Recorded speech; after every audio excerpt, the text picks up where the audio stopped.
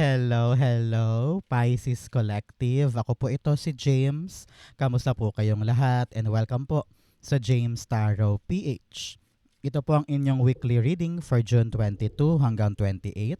Ano po naghihintay sa inyo sa mga petsa na yan? Alamin natin. But first, ihanda mo na Pisces ang iyong isang tanong para po sa ating isang tanong, isang sagot. Kung meron po kayong pangmalakasang one question, hawakan nyo po yan. At sa dulo po, atin po yung sasagutin by using these cards. Okay? Let's begin. Inhale. And exhale. Spirit guides, Holy Spirit, ibigay natin kay Pisces ang mensaheng dapat nilang malaman. The cards for the week. Ooh, beautiful. Nice, nice, nice. Start na to. Congratulations. Siya nga pala mga Pisces, maraming salamat po ha. Sa lahat po ng mga hindi nag-i-skip ng ads, nagla-like, nagko-comment, ang ganda. At patuloy pong sumusuporta sa atin every time po na meron tayong libreng reading para po sa inyo. Sa mga new subscribers natin, hello, hello. Shout out po sa inyong lahat. Welcome po sa ating channel. And continue po supporting us every time po na meron tayong libreng reading. So please, please naman, do not skip your ads. Salamat po. So, in the background of your reading, meron kang tapos na to, okay na to. Sun card is in your background. This will be a very, very, very happy week para sa'yo. Meron kang mga aasikasuhin na bigla-bigla maganda ang bunga, akala mo mahirap, biglang dadali, yung mga akala mo stuck ka, wala kang magawa ng paraan, pero biglang boom, aandar at magkakaroon ng magandang solution, no? This will be lighter, better, puro katawa, puro ka happy encounter with people na masasabi mo this week is a very, very happy week. Narinig ko rin dito na parang many of you, meron kang mamimit na someone na from your childhood. Example, sa Facebook, nakita mo yung account ng isang dati mong kaklase, tapos kwentuhan kayo, parang ganyan. O kaya sa palengke, bigla kami makasalubong na dati mong kaibigan, parang ganun eh. And it will bring back good memories. Congratulations, okay?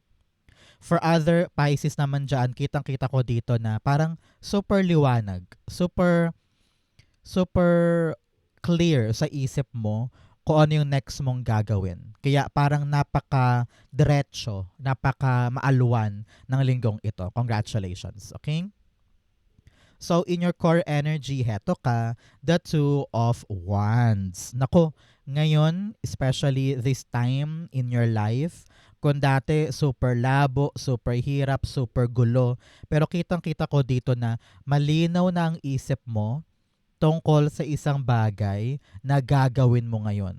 Mas magaan yung feeling, mas optimistic ka na parang sige, gagawin ko na to, itutuloy ko na to, positive na ako, gets ko na, parang kayang-kaya ko na, parang ganyan. So, meron ka na talagang itutulay na bagong bagay na pinaghahandaan mo, pero this time around, you will feel ready na ako, gora na ako, push na natin to. Congratulations. Two of Wands, the Queen of Swords, yes.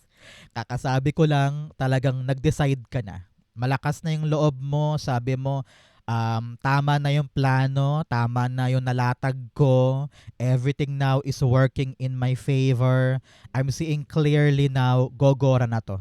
Dedire-diretso ka na, okay? Kaya ngayon, Pisces, be strong. Nakita ko dito, be decisive, okay? Kapag nakapag-decide na, panindigan. Hindi pwedeng gustong gawin tapos mamaya-maya aatras. O kaya maya-maya tatamarin. O kaya maya-maya, ay ayoko na. Sa iba na lang. O kaya next year na lang. No? So kapag nakapag-decide ka na sa isang plano at tutulay ka na, kailangan dito commitment. At saka talagang wala nang urungan yung feeling. Okay? Because malinaw na yung future, kitang-kita mo na kung ano yung tatahakin. Congrats po. Okay? So, mga Pisces, ano ba yung mga hinihintay mong dumating ngayon? Ano ba yung mga inaasahan mong dumapo sa iyong mga kamay this week? Comment down below. Isulat mo yan. Magaganap yan para sa'yo. Okay? In the area of what you need to focus on, meron kang the 10 of swords. Meron kang 10 and 10 here. Napakaswerte mo because both cards are telling me ng ending ng pasakit, ending ng hirap, ending ng hikahos, ending ng pagkalugmok dahil lumiwanag ang buhay na parang ay may magagawa pa ako, ay kailangan ko na tong tapusin, kailangan ko na tong um, simulan tong bagong bagay na ito. May pag-asang dumating, merong bagong simula na nagpabuhay sa iyong sistema na parang action na tayo, gawa na tayo, now na, now na, now na. Very energetic ka about something. Okay? So, with a 10 of swords here, mag-focus ka sa pagbangon mo. Huwag mo laging isipin kung ano yung bitter part ng mga nangyari dati. Kung umiyak ka man, natalo ka man, nasaktan ka man, nalugi ka man, pinabayaan ka man, or diniborsyo ka, or pinabayaan ka, lagi mong isipin, hindi pa ito ang huli para sa akin. Babawi pa ako, babangon pa ako, at meron pa ako makukuha ng mga bago. So, kailangan mong gawin, Pisces, while we're talking here, is to tell yourself, I am strong enough, God loves me, meron pang mga bago naghihintay for me, at hindi ako kailangang manatili sa kumunoy na ito. Okay? You always have the chance. You always have that hope. So buhayin mo yung hope na yan at paliwanagin mo ang buhay mo. Malawak ang mundo, di ba? So wag mo hayaang nandiyan ka sa ibaba. The 10 of swords, you have the Empress card. Luwabas din to. Kunin natin the 3 of Pentacles. May mga taong makakatulong sa'yo para ma-achieve mo yung next level ng life mo. Pero pinaka-importante dito, Pisces, ikaw. 'Di ba? Kailangan you feel good, you feel okay, nakapag-replenish ka na, you love yourself, no? Kailangan tanggap mo kung sino ka, na-accept mo lahat ng pagkakamali mo, lahat ng pagkukulang mo, lahat ng mga kasawiang palad noon, because yun ang bumuo sa'yo ngayon. Nangyari yung mga pangit na bagay na yun in the past because ngayon naiintindihan mo na yung buhay. At kapag naiintindihan mo na kung ano yung pinanggalingan mong painful, mas na-appreciate mo yung mga bagong dumadating. So, alagaan ng sarili, ibangon ng sarili, love yourself. Because kaya mo makabawi ngayon sa tulong nila. So, wag kang mag-atubili na humingi ng tulong or tumanggap ng assistance, payo, gabay, para makabangon ka ulit at magawa mo yung mga bagay na gusto mong gawin ngayon. Okay? So, mga Pisces, taga saan ka? Comment down below. Saan parte po kayo ng Pilipinas o buong mundo nag-e-enjoy ng ating reading for today? In the area of what you need, meron kang the 7 of Wands. Alam mo, sabi dito, ang kailangan mo, ipaglaban mo naman yung balak mong gawin. Alam ko na medyo nalulula ka sa mga responsibility, sa mga action, sa mga dapat gawin, pero kung hindi ka lalaban, walang mangyayari. Kahit gaano pa kaganda at kahit gaano pa kalinaw sa isip mo kung ano yung papatunguhan nito, ano yung importansya nito, gaano to kabuti para sa akin, pero kung wala ka namang tapang na lumaban, wala din. 'Di ba? Kahit pa nakita mong ay teacher graduate ako, English teacher ako, may trabaho sa Korea, maganda ang sweldo. Pero kung wala kang tapang na puntahan yon o sumugal doon, walang mangyayari kahit pa qualified ka, di ba? Kahit pa pinag-aralan mo yan or na-master mo na yan or nasanay ka na dyan. Pero kung lagi kang may alinlangan sa bawat laban, wala eh. Sa iba mapupunta yan eh. So ngayon, Pisces, patunayan mo sa lahat na kung ano man tong gagawin mo, kayang-kaya mo siyang ipaglaban at kayang-kaya mo siyang panindigan. Okay? 7 of Wands, the Moon card. Alam ko na marami kang tanong, marami kang takot, marami kang alinlangan kung kaya ko ba to, magagawa ko ba to, sa success ba ako dito, or nag-i-illusion lang ba ako, mga ganyan. Alam ko marami kang tanong. Pero dapat, hindi porket marami kang tanong, hihinto ka na. no? Kailangan lalo't higit mong patunayan na kung talagang gusto ko to, ipaglalaban ko. Kahit pa hindi sigurado yung dako pa roon, kung sigurado ako sa aking sarili, I will keep the faith alive and I will fight for this. Because soon enough, darating din yung sagot. At marirealize mo na, ay, buti na lang pinaglaban ko. Ay, buti na lang sinubukan ko. Ay, buti na lang nagtiis ako. Because hindi naman darating sa iyo ang sagot sa simula eh. Normal lang na marami kang tanong sa simula. Pero as you go along, fighting for this, lumilinaw yung direction, lumilinaw yung purpose, at alam mo na kung ano yung dapat mong katigan at dapat mong ipaglaban. Okay? In the area of what's affecting your current energy, meron kang the Magician card. Si Magician, sinasabihan ka dito, kaya mo eh. May power ka, may abilidad ka, meron kang experience. At lahat ng tools, nako, nasa kamay mo na. Iniisip mo lang na, ay, wala pa kasi akong ganito eh. Wala pa akong ganyan, wala pa akong ganon. Kulang pa ako ng ganito. Puro ka excuses. Sabi ng yung spirit guides, kaya mo. So, do not doubt yourself, do not question yourself. Kapag lumalabas si Magician card, ibig sabihin, the time to act is now. Para nang sa ganon, makapag-decide ka na at makaabante ka na sa plano mo. Kung hindi ka hahakbang ngayon, kailan pa yan? Parang ganyan. Magician, the Five of Cups. Si Five of Cups, nililinaw niya sa'yo, Pisces, na kung ano man yung mga nasa past ay hindi na makakatulong sa'yo. Huwag mo nang balik-balikan yun. Huwag mo nang ihalo pa sa present life mo. Huwag mong gawing halo-halo yung present life mo na puro kaong, iba't ibang ingredient. Kailangan kung ano lang yung ngayon. Huwag mong haluan ng ibang ingredient na hindi naman pasok doon sa buhay mo ngayon. Okay? Now, meron kang bagong pagkakataon. Kitang-kita ko do. Meron kang bagong chance for a new opportunity, new job, or new pintuan para sa buhay mo. Pero nakatingin ka pa din sa mga nasayang, sa mga nawala, sa mga dati. No? Ginagamit mong excuse yung dati para hindi mo maharap yung ngayon.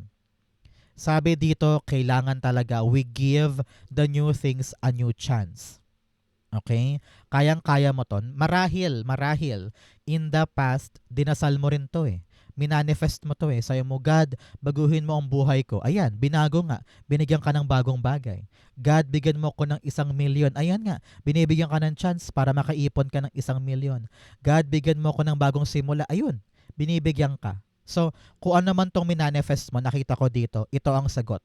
Kaya yakapin mo, tiyagain mo, huwag kang mailang, huwag kang magduda because para sa'yo yan. Okay? In the area of your near future, meron kang the Fool card. Ang tabayanan mo, malapit na malapit lang to, susugal ka na sa mga bagong bagay. Parang sabi mo, sige na nga, once and for all, sige na. Upuan ko na to, gawin ko na to, simulan ko na to. Time na for you to take a risk, to gamble, to really charge forward on a very unfamiliar place, unfamiliar journey, or unfamiliar territory na never mo pang natatry. Pero ngayon sabi mo, sige na, gagawin ko na, susubukan ko na. Nakita ko by July, you will start doing this, or you are now putting your toes sa tubig para i-try or i-test yung sarili kung handa na ba ako, gagawin ko na ba. Pero nakita ko talaga dito na susuong ka na. Many of you parang babiyahe.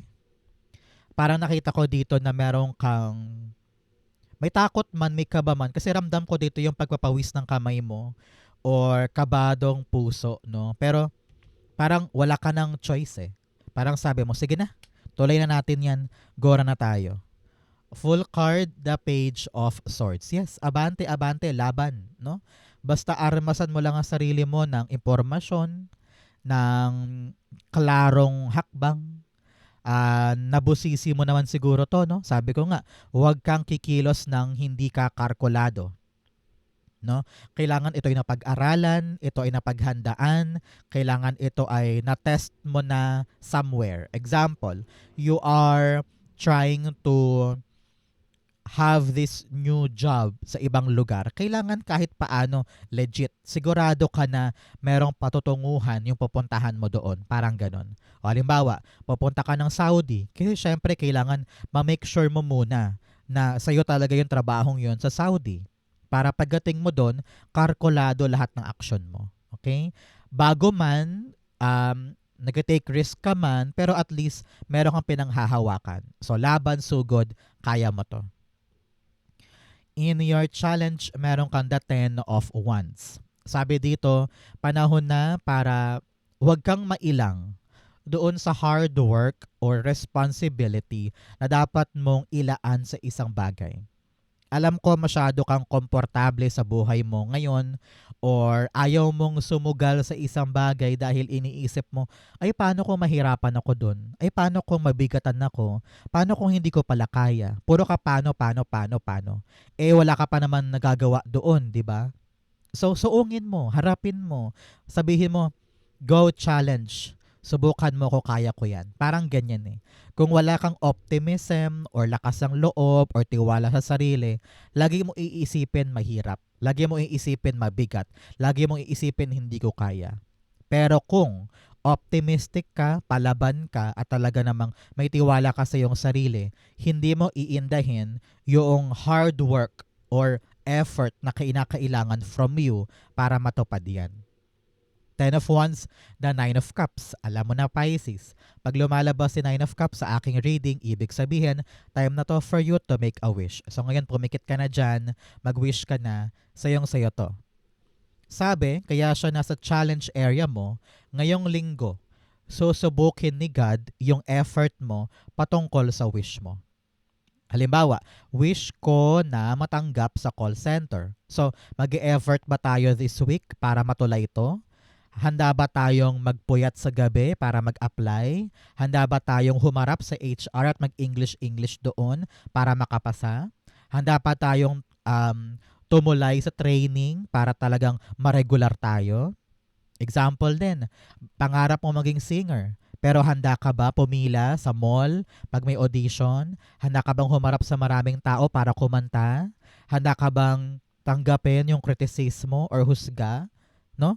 Ano ba yung effort na handang-handa mong yakapin para matupad itong goal na ito or wish na ito? Yan ang question for you na dapat mong masagot ngayon. Okay? In your fortune, meron kang first light, beginning a new cycle. Yes, simula talaga to ng bagong cycle. Meron kang 10-10 here. Ending nung luma, ending nung naranasan mo noon at papasok ka na sa bago. Kaya super optimistic, you are now charging forward to a new experience kaya huwag kang matakot. Especially here in your fortune, meron kang the Chariot card. Si Chariot, Pisces, pag lumalabas siya tapos nasa fortune area pa, indikasyon to ng matagumpay na hakbang. Okay? Halimbawa, ngayong linggong ito, nagkaplano kang mag-apply sa Maynila. Naku, meron kang malaking chance ng success dyan. O kaya this week, balak mo nang lakarin yung papeles. Balak mo nang lakarin yung interview. Balak mo nang itayo yung tindahan na yan. Kung ano man tong pag-andar or pag-abante or sisimulan mo, it will be successful para sa'yo. So, wala nang atrasan. The universe is telling you, ready ka naman eh. And they are supporting you in this journey. So, ang manibela hawak mo. So, either kakaliwa ka or kakanan, nasa kamay mo naman yung kapalaran mo. Pero kung aatras ka at medyo tamad ka na naman or takot ka na naman, walang mangyayari. So, charge forward with the plan. Yung destination mo ay paabante lamang. Okay? Chariot, meron kang the 3 of Cups. Napakaganda nito. Meron kang isa-celebrate dahil sa isang matagumpay na lakad. Okay? Para nakita ko dito na you will get the confirmation. You will get the assurance na kung ano man tong gagawin kong bago, akin to, sa pool, jackpot, dire-diretso na. Congratulations. So this week, you will celebrate with family and friends dahil yung aasikasuhin mong bago, gogora na. Nakita ko rin dito na supportado ka nila, parang nag-cheer sila na parang, go Pisces, go, gawin mo yan, kaya mo yan, we are here para supportahan ka, para tulungan ka. Meron kang 3-3 here. Ang 3-3 po ay angel number of ancestral protection. Meron po kayong mga namayapang kamag-anak na hanggang ngayon pinoproteksyonan ka. So after watching this video, magtirik ka ng kandila o magdasal bilang pasasalamat sa kanilang proteksyon at guidance. Okay? In your divine messages, you have luck is on your side. Yes, maswerte ka ngayon para sa mga gagawin mo. Sulitin mo ang swerte na yan para magkaroon ng magandang pagbabago at pag-unlad sa'yo. You also have 2 of swords in your divine message. Sinasabi dito, Pisces, na panahon na para mag-decide ka. Masyado mong pinoproteksyon na ng sarili mo, kaya hindi ka gumagalaw, kaya walang growth. Sabi dito, walang mangyayari if you are overprotecting yourself. You need to try. You need to decide. You need to make a choice. Okay? 2 of swords, meron kang the world card. Sabi dito, malawak ang mundo, malawak ang pwede mong gawin, pwede mong abutin, kaya wag mong ikulong ang sarili mo sa limitadong space na ito. Kailangan mo na i-close yung past chapter at humakbang na tayo sa mga bagong bagay. Kapag hindi ka gumalaw, nandyan ka pa din hanggang next year. Okay? So now, sabi dito, malawak pa ang daigdig. Marami ka pang pwedeng itry. Subukan mo. Okay? Outcome mo to, bigyan mo na kita ng fortune cards. You have needle and thread. A sincere wish will be granted. Nako, congratulations. Meron daw po kayong isang wish na matutupad ngayon, kaya siguro sobrang saya mo dahil dadapo na siya. You have chain of events that will affect your life. Simula na daw talaga ng pagbabago, kilos, andar, at talagang bagong simula. Meron kang sunod-sunod-sunod na andar sa buhay. Congrats. You also have carrot, opportunity, or windfall. Sabi ko nga, meron ka talagang isang bagay na hindi mo palalagpasin at talagang ipaglalaban mo ito ano man ang mangyari. Okay? You also have apple, temptation will test you. Sabi dito, mag-ingat ka sa mga temptasyon, sa mga distraction sa paligid. Kung ito talaga ang gagawin natin, dito lang ang mata natin. Kung ikaw ay i-invite ni pinsan, ni kumare, or kung sino man yan, mag-no ka muna. Kaya sabi mo, busy ako, ito yung dapat ko munang gawin, pasensya ka na. Parang ganyan. Okay? Ang outcome ni Pisces for June 22 hanggang 28, the Hanged Man. Kung matagal kang natenga, kung matagal ka nag-iisip-isip at nagmuni-muni, this week dadapo yung kaliwanagan sa mga dapat mong gawin. Hindi ka na stuck, hindi ka na nangangapa, hindi na madilim yung daan, hindi ka na confused, at hindi na malabo yung iyong gagawin. Ngayon, darating sa iyo yung parang, aha, alam ko na, aha, now clear na. Congratulations, okay? Hanged Man, meron kang the 5 of Wands. Ngayon, kung dumaan ka sa internal conflict, yung parang paiba-iba ka ng gustong gawin, paiba-iba ka ng nais mong simulan, tapos noon puro chaos, puro away, puro gulo, marami ding mga tao sa paligid mo ang, alam mo yun, nagbibigay ng opinion kung ano yung dapat mong gawin, pero ngayon, meron ka ng isang plano Makakabuo ka na ng isang plano, hindi ka na malilito at tutuloy ka na sa iyong journey forward. Congratulations. Meron ka mga dapat ipagdiwang soon and people around you will cheer you sa gagawin mo na ito. Congratulations. Okay? Very, very bright ang future mo, Pisces. So, dako na tayo sa yung isang tanong, isang sagot. Pumikit ka na ngayon, isipin mo na yung one question mo. Okay? Inhale and exhale the answer to your question. You have the Empress card, the High Priestess, and the Temperance card. At the bottom, meron kang the 8 of Swords. Nako, eto ka na naman, Pisces. Feeling mo hindi mo kaya, feeling mo nakatali ka, feeling mo kulang ka pa para gawin yung isang bagay. You feel so helpless, you feel so hopeless, hindi mo alam kung kaya mo ba. You have the High Priestess in your core energy. Telling you na magtiwala ka sa iyong sarili. Magtiwala ka sa iyong instinct. Meron kang natutulog na potensyal na hindi mo alam na meron ka pala niyan. Pero dahil nga palagi kang takot, hindi mo nagagamit tong skill na ito. Now, alisin lahat ng tali sa katawan, alisin lahat ng duda sa katawan, at magtiwala sa sarili na kaya ko to, magagawa ko to, Mananalo ko dito, ma-achieve ko ito. Empress card's all about creation. Kayang-kaya mo tong i-create, ipanganak, gawin, at maging abundant ka dyan. If you believe, you will attract. If you know na para sa'yo, para sa'yo. Okay? And wag mong sukuan, pagtiyagaan mo. Kailangan dito matyaga, nagtitiis, gumagalaw, hindi nagmamadali, hindi nirarush, no? Kailangan talaga tiyagain mo siya because someday Archangel Michael is telling you, makukuha mo ito, magagawa mo ito. Kailangan lang patunayan mo ngayon na kayang-kaya mo siyang asikasuhin.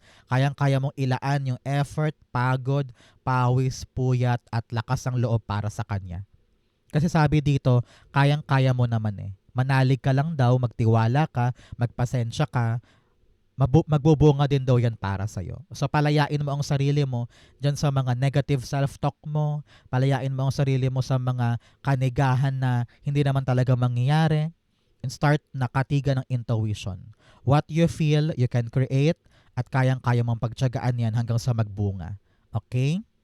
Kung naghihintay ka ng yes or no, the answer is yes. 3 cards to na major arcana. Temperance, the High Priestess, the Temperance, and the Empress. Major arcana. Ibig sabihin, malaking bagay ito sa buhay mo na maaring magpabago sa'yo for your future. Kaya tiyagain, pagsumikapan, maniwala. Manganganak yan para sa'yo ng maganda, magubunga ng effective and successful for you. Okay? So Pisces, ito po ang isang tanong, isang sagot. Ganon din po ang yung June 22 to 28. Saan po kayo nakaresonate? Comment below. Babasahin ko po yan. Thank you, Holy Spirit, Spirit Guides, for the clarity for today. Thank you for watching hanggang dulo. I love you. This has been James for James Tarot PH. God bless everybody.